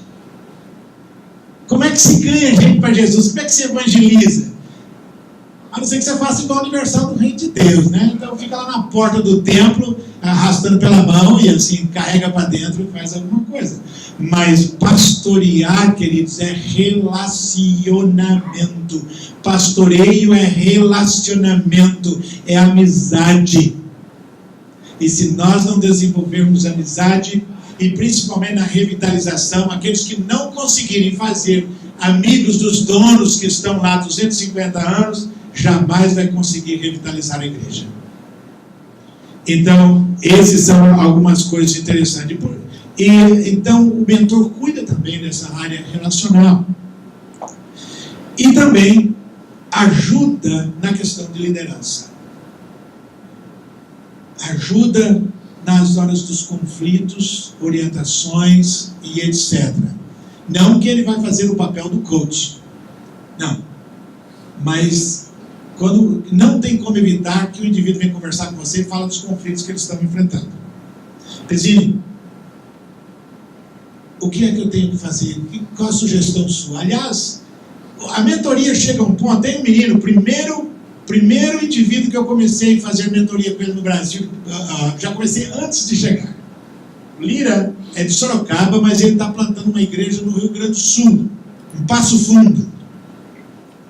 Foi o primeiro indivíduo, um menino de ouro, um menino de uma capacidade extraordinária. Aliás, talvez um dos poucos que está dando certo no Rio Grande do Sul. Só para vocês terem uma ideia, na questão de mentoria, que a amizade, a confiança chega a um ponto que, por exemplo, o líder chegou para mim e disse: eu quero estudar. Eu disse: é mesmo? Eu preciso estudar. Menino novo, acho que o líder tem 32, 33 anos, por aí. Ele disse: o que você quer fazer? Eu falei: estou pensando em fazer psicologia. Eu disse: é mesmo? Diga para mim, por que você quer fazer psicologia? Eu quero fazer psicologia para ajudar a igreja. Eu disse: mesmo? Você pretende montar um escritório, ser um psicólogo clínico, vai cobrar? Não. Eu disse: cara, para aconselhar crente, não precisa gastar dinheiro e 4 anos fazendo psicologia. Não. Eu tenho colegas que estão em burnout, estão tendo trabalho com psicólogo, estão tendo comigo, e falam assim: sabe assim, qual é a diferença entre o trabalho com você e com o meu psicólogo? É porque eles cobram, você não. E aí eu disse: o que você, como pastor, você pode fazer? O seguinte: muitas vezes no aconselhamento você chega à conclusão que o indivíduo precisa de um acompanhamento psicológico Aí você encaminha um psicólogo cristão. Mas você não precisa fazer psicologia para ser pastor. Eu tenho colegas da minha turma que é psicólogo clínico, mas ele tem o escritório dele e cobra. Aí conversa vai, e eu comecei a perceber a área do Lírio, e disse assim, sabe, Lírio, eu acho que é interessante para você já tem um bacharel reconhecido, eu acho que é interessante para você fazer um mestrado ou uma pós-graduação em gestão de pessoas. Acabou agora, o mês passado, entregando a tese dele, o trabalho de final de curso na área de gestão de pessoas. Mas sabe o que acontece com o Lírio? Por várias vezes o Lírio me diz assim, Pezzini, eu estou pensando em levar esse projeto para a igreja, falar com o conselho e tal, eu estou mandando para você dar uma olhada. Quando eu dou uma olhada, assim, Lírio, não leva não. É melhor você não levar agora. É melhor você esperar. Então, só estou dando exemplo para vocês da mentoria, onde pode chegar, de que forma pode ajudar. Então, o plantador de igreja pode ser muito bem sucedido se ele tem um mentor acompanhado. Aliás, eu defendo a ideia de que nenhum plantador de igreja deveria começar uma igreja sem ter um mentor. Até mesmo no acompanhamento, se ele vai ou não plantar uma igreja, deveria já ter um mentor que estivesse por trás disso, na orientação, dando aconselhamentos e assim por diante.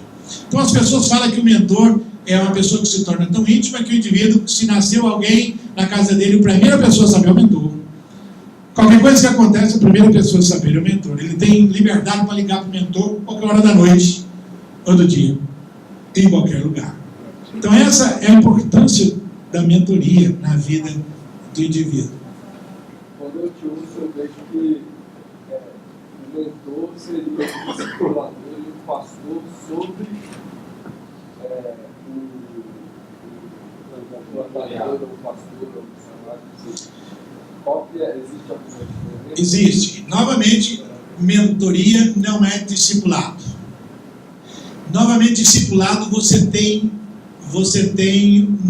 nós chamamos de timetable, é um período de tempo, né? Você tem um programa a ser cumprido, você tem um objetivo que ele é cumprido. A mentoria não tem. A mentoria não tem uma agenda. A mentoria não tem o indivíduo, às vezes os caras falam assim, Pezzini, qual é a agenda? Não tem agenda. Vai depender da minha conversa com você para saber o que é que você precisa, quais são as suas necessidades, em que área precisa ser trabalhado, o que é que está acontecendo, e etc. E muitas vezes eu mudo até aos livros. Não é? Mudo. Por exemplo, um pastor que comecei com ele, o primeiro livro, eu nunca dou esse como primeiro livro, mas um dos livros que eu dei agora, esse que me mandou e-mail, ele está em Rio Branco, e eu percebi que ele precisava ser trabalhado na área da comunicação. E aí eu disse, olha, eu recomendo o livro do Andy Stanley, Comunicação que Transforma.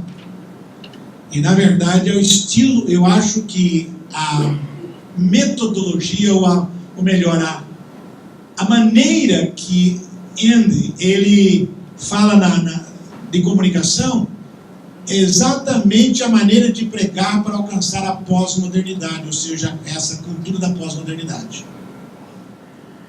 E ele tem esse livro aqui. Então o que eu tenho feito? Não só dado o livro para ler, como eu tenho dito, olha, eu queria que você lesse o livro e começasse a preparar os seus sermões de acordo com a orientação do livro. E é interessante que muitos têm me mandado o sermão para eu dar uma olhada. Ou muitos têm me mandado a gravação para eu ouvir. Que eu peço que eles gravem e eles ouçam a si mesmos. Né? Tentar. E é muito interessante o livro do Andy. Eu não sei quantos aqui leram Comunicação que Transforma já. Quantos que leram? Só um. Interessante. O dois, o Jay. Interessante que confundem muito ao ler aquele livro. Primeira coisa que o pastor pega, o Andy fala da pregação de um ponto só. Não é verdade. É verdade que você focaliza num ponto. Ele diz, se você tem um sermão com 3 pontinhos, então você prega 3 domingos, a sério. É verdade isso. Mas não é esse o ponto central do livro. Então, por isso que e para nós, que fomos para nós que fomos treinados já como eu há quase 30 anos atrás, eu, Calvino e outros aqui, para a gente sair daquela hermenêutica antiga, daquela escola hermenêutica antiga e homilética, é terrível. A gente é tentado voltar àquela coisa chata, né? E a sociedade moderna não tem condições mais de assimilar 3 coisas. Então a gente precisa trabalhar isso, e eu tenho trabalhado na minha comunicação esse detalhe, irmão. Não sei se seria possível, teria algum outro caractere que diferenciaria discipulador de mentor? O senhor citou o tempo aí na pergunta do colega. Teria algum outro caractere? É porque parece que eles aparecem como sinônimos, né, quando você vai pegar. Não é sinônimo. Em português nós não temos muitos livros que possam ajudar sobre isso, infelizmente. Mas o discipulador, ele visa, na verdade, um currículo, ele visa atingir um objetivo, né, ou maturidade na fé, ou alguma coisa assim. Enquanto que a mentoria não. A mentoria visa que o indivíduo continue crescendo constantemente em diversas áreas, e ele está mais voltado à pessoa em si, não é? A família, enfim, tudo que envolve o ministério, o seu sucesso. E o que ocorre muitas vezes com a relação do mentor com o indivíduo, ele vem, por exemplo, posso dar um exemplo de um pastor que estava para deixar a igreja, queria sair da igreja e tal, por uma pequena coisa lá. A gente começou a conversar, esse cara não sai não, por que você quer sair? Porque hoje a gente orienta, hoje se fala em ministério para a vida. Se você perguntar se Ricardo quer pastorear outra igreja, não, vou ficar aqui na Chácara Primavera. Renato, eu creio que é a mesma coisa lá em Sorocaba. E assim por diante. Hoje já foi provado que os ministérios mais bem-sucedidos são ministérios longos. Aquela ideia de que plantador de igreja vai lá, planta, depois tem outro que vem para pastorear, essa ideia é furada. O indivíduo que tem capacidade para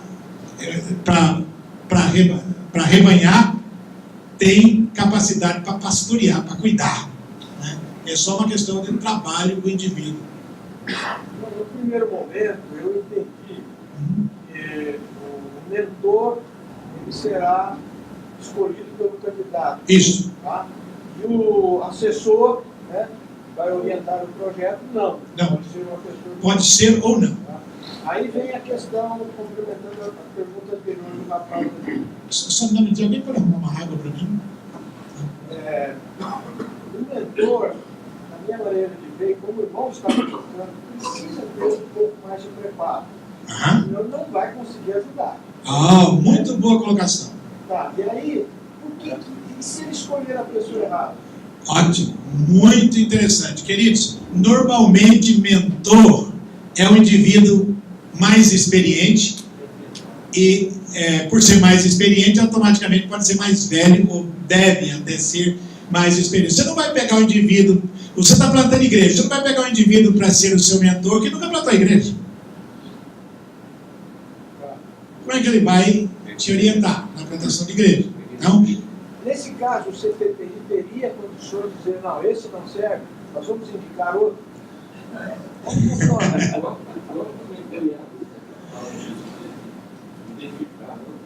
Então, veja bem, como o mentor é uma relação de confiança, é uma relação onde você é um indivíduo que você tem toda a liberdade de falar dos seus pecados, da sua mazela, falar das suas questões mais delicadas da vida, que você não pode abrir com ninguém, nem com a sua esposa, ou se for esposa com o marido, não tem condições. É o indivíduo, né, que você testou o caráter dele, a confiabilidade. Então, normalmente, creio que o que o CTPI, não sei se já está fazendo, até pode fazer, o coach sim, mas a mentoria é complicada. O que o CTPI nesse caso até poderia, não sei, Renato depois pode falar sobre isso, mas ele poderia dizer, olha, você tem esse seu mentor, mas ele não tem experiência nessa área. Para a área que você está tendo, você não precisa deixá-lo como mentor, mas você pode ser auxiliado na sua área por uma outra pessoa, mas o mentor em si é outra coisa. Aqui e depois aqui. existe uma diferença de abordagem segundo as diferentes fases da vida na mentoria. Por exemplo, fica muito claro a necessidade de um plantador iniciante ter um mentor. Aí você falou do acompanhamento semanal, manda sermão, fala da Bíblia e tudo mais.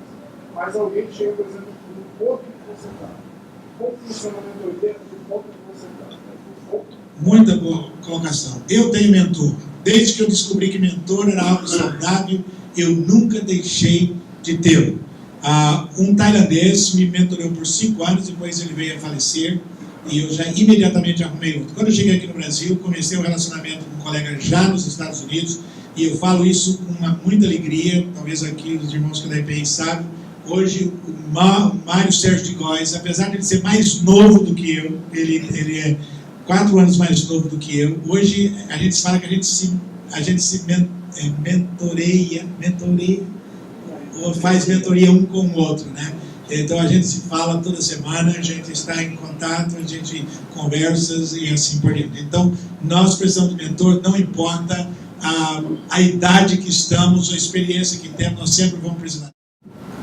Dentro do que nós entendemos, que para uma igreja nasce com a formação do grupo base, então o primeiro passo seria formar um grupo com aqueles que estão lá dentro, se são realmente instrumentos, verdadeiros discípulos que querem discipular, e começar a discipular. Acho que o caminho é a formação primeiro de um grupo base formado ali, e que tem agora. A minha pergunta é o seguinte: após vencer o mandato desses indivíduos, como é que ficaria isso? O problema não é, eu acho que o que se tem que fazer na prefeitura é tentar discipular, evangelizar aquelas pessoas que não conhecem Cristo, que trabalham lá. Agora, eu tenho muitas interrogações do fato de plantar uma igreja lá. Entendeu? Então, esse é porque é rotativo, o negócio muda. O próximo prefeito pode ser um católico, ele não, quero plantar uma igreja católica aqui. Quer dizer, você está entendendo a complexidade? Agora, eu acho que como agentes do reino de Deus, agentes nas mãos de Deus para a transformação de vidas, deve-se aproveitar e montar grupos de estudos, né, ou de discipulados lá.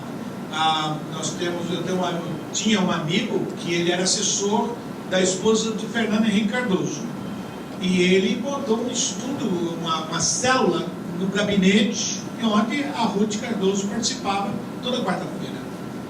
Então isso é possível. A gente sabe que quando você está começando a sua igreja, que você não quer necessariamente montar um presbítero no início, né? Normalmente eu vou recomendar que você espera no mínimo 1 a 2 anos. Isso é a minha opinião, a gente está falando francamente. E também sua igreja deve ter no mínimo, sei lá, 60 a 80 membros antes de montar um conselho próprio. Conselho. E às vezes você fica um pouco perdido no início, como você falou, porque alguém vai ajudar com as financeiras e vai ajudar com as áreas da igreja. Eu acho que é interessante simplesmente olhar para pessoas com confiança e ter uma equipe de liderança, talvez trabalhando com você, e talvez um tipo de advisory board, não sei como dizer, conselheiros ao lado também. Pode ser uma igreja mãe, pode ser uma outra igreja, que vai no mínimo providenciar um pouquinho de contabilidade para você nessa época, né? Mas cada plantador está enfrentando a mesma coisa. Você simplesmente tem que olhar para pessoas de confiança para que eles possam te ajudar, entendendo que alguns vão, infelizmente, te decepcionar, e você não tem como necessariamente saber quem vai e quem não vai te decepcionar durante no longo prazo. Mas sobre tesouro, áreas mais... Tesouraria, obrigado. Tesouro, yeah. A gente está plantando igrejas para isso também. Dízimo. Mas eu diria, olhe para uma pessoa com quem você pode ter confiança.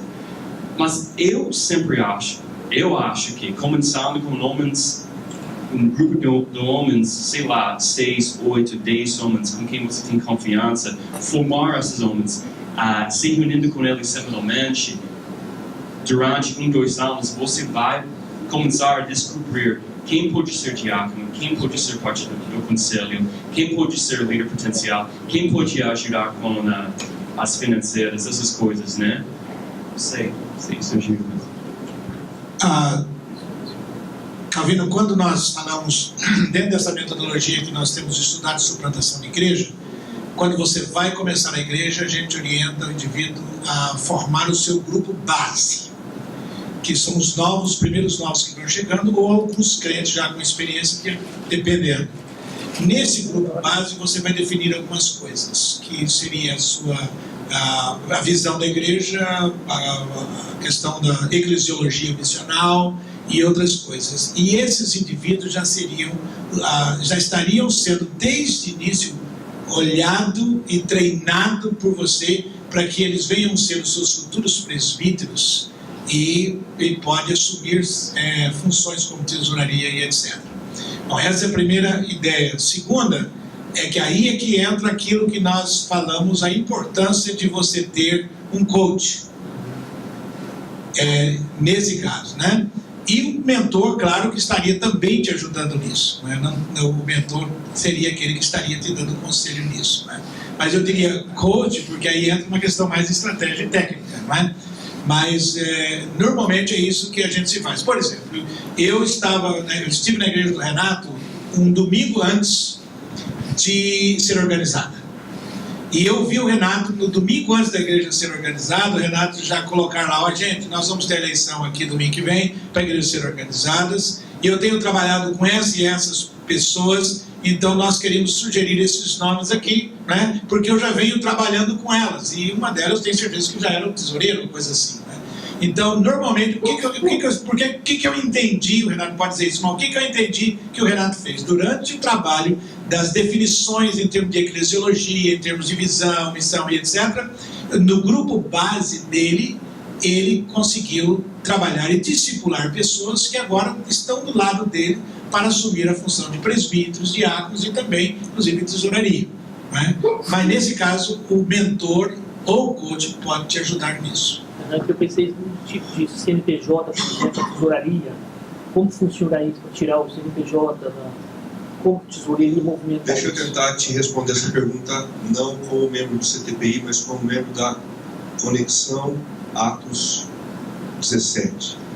Dentro da nossa rede, o que tem acontecido é mais ou menos assim. A gente tem uma igreja mãe que assume todo tipo de responsabilidade administrativa e institucional sobre aquela nova congregação, aquele novo projeto de plantação de igreja. Então, o CNPJ utilizado é o CNPJ da igreja mãe. Abre-se uma conta diferente, com um dígito final diferente, e a movimentação é exclusiva da plantação de igreja. Quem vai gerir esses recursos? Terminado o processo de formação do grupo base, um dos desafios ali é você desenvolver uma estrutura de ministério. Equipes de ministério precisam surgir. Quem vai trabalhar com as crianças, quem vai trabalhar com a música, quem vai trabalhar com a parte de infraestrutura e quem vai trabalhar na parte administrativa também. Então a gente não monta um conselho, mas a gente monta o que a gente chama de diretoria. E essa diretoria tem a responsabilidade de lidar com algumas questões administrativas. Quem conduz pastoralmente e conceitualmente o projeto é o plantador. A diretoria trabalha algumas questões administrativas. Agora, uma coisa que, especialmente em Sorocaba, a gente trabalhou e a gente achou que funcionou muito bem, é tirar da diretoria a figura do tesoureiro. O tesoureiro não fez parte da diretoria no nosso projeto. Por quê? Normalmente a gente tem um problema na relação com os tesoureiros, já que eles não estão aqui, a gente pode falar mal deles, né? É porque como eles participam da elaboração do orçamento e da execução dos custos, normalmente eles acabam se sentindo donos do dinheiro. E a gente procurou, desde o começo do Sorocaba, romper com esse tipo de coisa. Então, na diretoria, a gente definia a questão do uso do dinheiro, a gente estabelecia a questão do orçamento, e o tesoureiro que não pertencia à diretoria geria os recursos conforme o orçamento estabelecido pela diretoria. Quando a gente se tornou igreja, a gente fez a mesma coisa. Nós somos uma igreja presbiteriana, o conselho é formado por pastores que elaboram o orçamento com visão pastoral, com visão missional. E o tesoureiro não faz parte do conselho. Assina o cheque. Ele assina o cheque. E às vezes o tesoureiro fica assim, não, mas esse custo... Respira, calma, respira, bebe água. Isso, né? Tá tranquilo? Assina. Bom, primeiro, se você escolher o mentor, lembra que eu disse que quem escolhe o mentor é o mentee, que nós falamos em inglês, é o mentoreado, é o indivíduo que quer ser mentoreado. Se você escolher o indivíduo e você perceber que ele está intrometendo muito na sua vida, sai fora. Nós, mentores, esse é um detalhe que eu estou tentando conversar e ver se a gente consegue treinar mentores, dar treinamento para mentores. Porque há um fator seguinte: o mentor não deve, de maneira nenhuma, se intrometer em muitos assuntos na vida do indivíduo. O mentor, sim, deve responder de acordo com for procurado, perguntado e sempre orientando. E aquilo que eu dei, por exemplo, quando eu falei do líder que queria fazer psicologia e acabou seguindo a minha orientação, foi fazer a gestão de pessoa. Mas a decisão foi dele, não foi minha. Eu apenas fiz perguntas e pincelei para ver qual que era mais importante para a natureza do ministério dele. Agora, a decisão é dele, porque também não, se ele um dia pisar no tomate com a decisão, ele não pode me culpar por isso. Mas você me orientou isso e tal. Não, de maneira nenhuma. Mesma coisa com relação à educação de filhos, ao casamento, né? Então você tem que tomar muito cuidado. O mentor tem que ser um indivíduo. Por isso que eu digo que é experiente, ter talvez uma pequena quantidade de sabedoria para saber qual o papel dele até onde ele ir. Normalmente, se o mentor perceber que está havendo essa dependência, o mentor tem que arrumar um jeito de cair fora. Eu costumo dizer o seguinte: até meus filhos, meus filhos cresceram tendo total liberdade nas decisões. A minha orientação sempre foi: eu nunca tomei decisão para os meus filhos, e não tomo até hoje. Né? Mesmo quando quis abrir empresa, veio falar comigo, tem experiência nessa área, eu pincelei várias coisas, ele que tomou a iniciativa. Quer dizer, então a gente tem que tomar cuidado nisso. Agora, se eu entendi a outra sua pergunta, é o seguinte: o mentor não pode ser o coach. Tem que ser duas pessoas diferentes. Por quê? O coach é o indivíduo que vai cobrar de você e vai ser até rude em certas questões, ou muitas vezes você vai ficar irado, né, com ele, no sentido de que ele vai te canalizar para os projetos, para as metas a serem cumpridas, as orientações, etc. Né? Ele vai funcionar quase como um supervisor no sentido de canalizar para as metas. Enquanto que o mentor, você apanhou do coach, você está querendo chutar o balde, você acha que não dá mais, aí você vai para o coach, vai para o mentor, mas você diz: não, pai, você vai cumprir na fichinha, você vai conseguir isso, etc. Então, não pode confundir as duas coisas. Só para acrescentar um pouquinho, gostaria muito de ouvir. Primeira coisa, eu gostaria de dizer que o que a Zima está fazendo aqui no Brasil é muito importante. Porque eu tenho visto isso muito.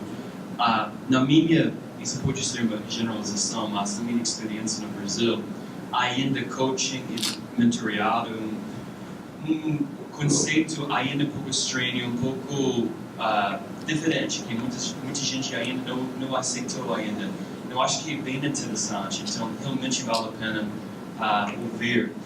Eu só quero acrescentar uma coisa. Seja um coach ou seja um mentor, é muito importante que essa pessoa está fazendo perguntas. Fazendo perguntas. A gente tem uma frase em inglês chamada probing. Não sei como dizer em português, mas aprofundando com cada pergunta, em vez de simplesmente dizendo o que você tem que fazer. Se você tem um coach, um mentor que somente está dizendo faz isso, faz aquilo, faz isso, faz aquilo, provavelmente ele não conhece bem o seu contexto. E ele vai te orientar, te guiar numa direção que você não quer ir. Então é muito importante que o seu coach, mentor, está fazendo perguntas para você, para aprofundar, para que no futuro você pode descobrir realmente a solução. E muitas vezes a gente, é a mesma coisa, a gente aprende mais, muitas vezes através de descobrindo alguma coisa do que ouvindo alguma coisa pela primeira vez. Então, como plantadores, nós precisamos ouvir, sim, mas nós precisamos descobrir, aprofundar com essas respostas que nós temos, com as questões que eles estão posando. Então, para mim, isso é essencial. Procura alguém com experiência, mas também que sabe como perguntar e ouvir, escutar, em vez de simplesmente falar. Se você quiser alguém que vai falar, você pode ter um consultant tradicional, que às vezes você precisa. Vamos dizer que você vai construir um prédio, você precisa de um consultant. Você tem que, sei lá, raise R$1 million, R$1 milhão. Você precisa de alguém que pode ajudar de uma forma bem prática. Você, ao escolher alguém, você primeiro tem que saber ver se é de confiança. Se é alguém que você confia. Pode ser alguém mais experimentado, da sua redondeza ou de longe. A gente faz, eu mentorei o Joaquim lá em Rio Branco. Né? Agora, cuidado. Não vai chegando para o mentor e vai abrindo todas aquelas janelas interiores. Você não vai chegar para o seu mentor e vai dizer que está apaixonado pela primeira-ministra do louvor, né? Você vai, é uma caminhada de confiança. Você vai testando a confiança do indivíduo, certo? Leva ele para almoçar, começa a conversar com ele. Enquanto isso, troca líder do louvor, né? E você começa a mostrar o interesse de tê-lo próximo de você. É uma caminhada. O mentor você não escolhe da noite para o dia. Né? Eu falei de 3 anos me observando, né? Ligando, conversando comigo, contava uma coisinha aqui, outra ali, perguntava para o ciclo de amizade se eu tinha comentado alguma coisa sobre ele, e etc. É um processo de caminhada. Né? É verdade que também, mesmo no treinamento de mentores, nós não podemos chegar aqui e dizer assim, aqui agora temos o Darcy, temos o Jay, temos o Renato como mentores. Não é assim que funciona. Gente. Nós podemos ter gente que nós vamos treiná-los, vamos dar orientação e etc. Mas você precisa ter de alguma forma uma ligação. Eu tenho certeza que o Ricardo é o mentor dele. No resto da dúvida, eu não preciso nem perguntar para ele. Por quê? Desde o seminário, o Renato caminha com o Ricardo. Né? E é tão interessante você ver, não precisa nem perguntar, mas é tão interessante de ver, sabe, a afinidade dos dois. Nem eu que estudei com o Ricardo 4 anos, né, e a nossa amizade é grande, eu não tenho afinidade com o Ricardo como o Renato tem. Por quê? Porque a caminhada com o Ricardo e alguma coisa tem que dar liga, né? Entendeu? Tenho certeza que o Renato tem outros amigos, mas não é tão confidente quanto o Ricardo, porque tem que dar liga. Então, queridos, não saiam desesperados, saiam daqui. Primeiro, você precisa de um mentor. Isso eu queria deixar claro. Todos nós precisamos de mentor, certo?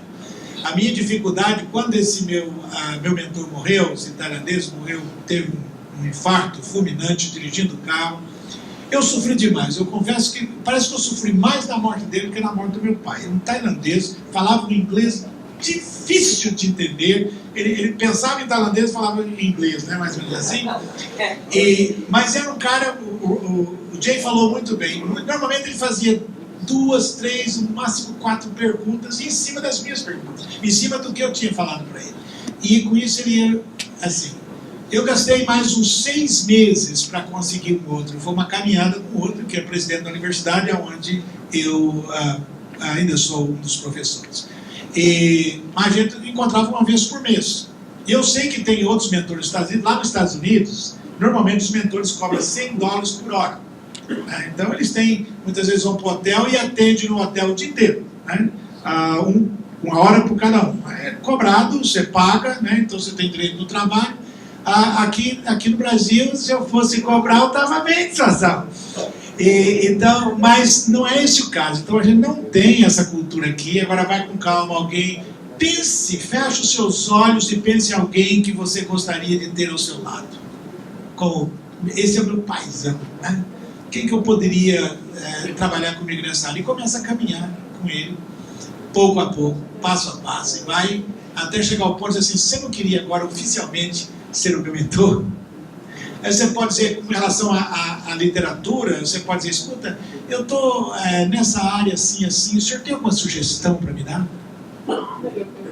Minha pergunta é no sentido inverso. Por exemplo, você consegue, às vezes, essa pessoa, de repente, quase todo mundo aqui já pensou em alguém, posso chegar lá e aquele já é meu amigo, foi meu pastor e tal. Mas esse camarada lá, ele não tem a experiência prática como mentor. Okay. Então, o que você poderia recomendar para a gente dizer para esse camarada? Pode chegar lá, ele pode olhar com um filhão, não, vem cá, vamos tomar café, não, me esquenta a cabeça, vamos orar aqui, Deus vai resolver, entendeu? Então eu queria assim, o que a gente podia dizer para esse futuro mentor? Não, quero que você seja meu mentor, você já trabalhou com isso? Não, mas tem esse livro aqui que seria bom, tem esse site aqui, tem essa pessoa que podia ajudar, para que ele tenha um programa para atender a gente, para não ficar só naquela coisa de bate-papo. O duro é que nós não temos muita literatura em português, né? Tem muita coisa a sugerir. Se ler inglês é fácil, porque dá uma lista enorme. Eu acho que talvez eu te daria uma orientação o inverso. Eu acho que todo pastor experimentado, todo pastor experiente, ele tem conhecimento em diversas áreas. Então, você que está aqui, que me ouviu e que ouviu nós aqui e tal, você podia sugerir a ele, eu gostaria de ser trabalhado pelo Senhor nessa área, nessa área, nessa área.